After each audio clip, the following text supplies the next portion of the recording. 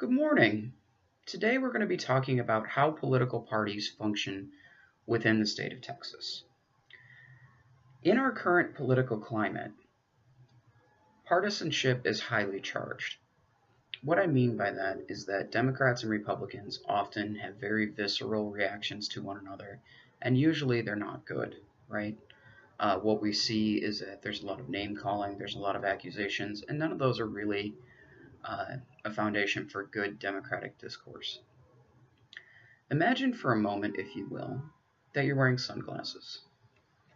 And if you put on a pair of sunglasses that have blue lenses, then you see the world through all blue. If you put on a pair of sunglasses that have green lenses, you see the world through a shade of green. Pink sunglasses, you see the world pink. Your partisanship is no different than that. So what your political party affiliation is a way that colors the way you see the world. And none of them are wrong and none of them are right, per se. They're just different choices. And you can change them if you want to. So there's a few main takeaways I'd like to discuss in this video before you get started with the weekly material. First of all, I'd like to point out that liberal and conservative ideologies can sometimes be self-contradictory and confusing.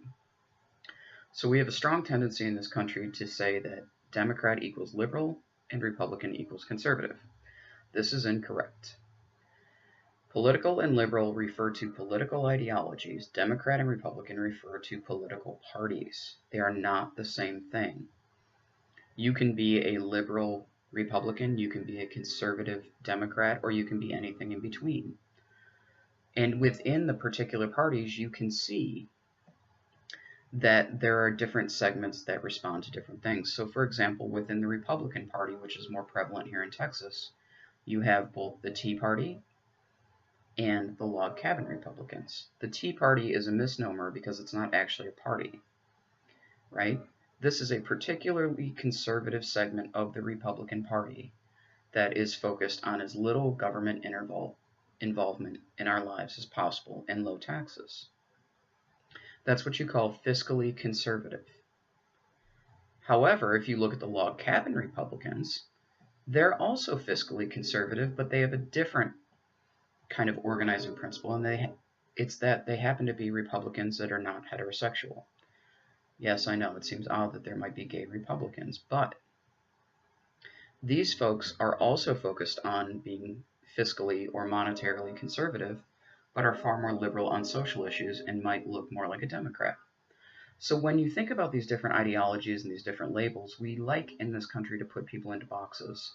And in reality, political ideologies lie more on a spectrum than in a box.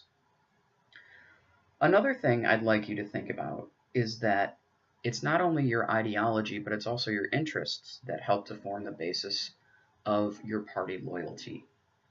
So if you have a strong interest in, hunting, perhaps, then it's highly likely that you're going to want less restrictive gun policy, right? Now that may align with your conservative ideology as well. If those two things match up, then that becomes the basis for oftentimes being a member of the Republican Party because those policy objectives match up with what you want. If you have an interest in farming, then you're going to be much more likely to want to align yourself with a party that helps out farmers or ranchers or different things like that. And so it's not only your ideology that forms the basis of your party loyalty, but it's also the various interests you have in your life. Another thing I want you to think about is that throughout its history, Texas has come to have two political parties with four ideological factions, and your book specifies those, and that these two major parties are often supplemented by third parties or independent candidates. So we know that when Texas began, it was actually a Democratic state. And over time, it slowly evolved into a Republican state, and now it's almost a two-party system.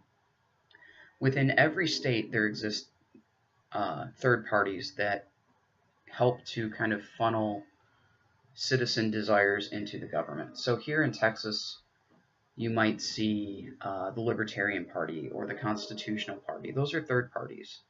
And those often exist because people aren't happy with the choices that are available to them with the two main parties. And so they feel the third party is a way for them still to be involved in politics, but to also achieve what they want to in a public policy manner.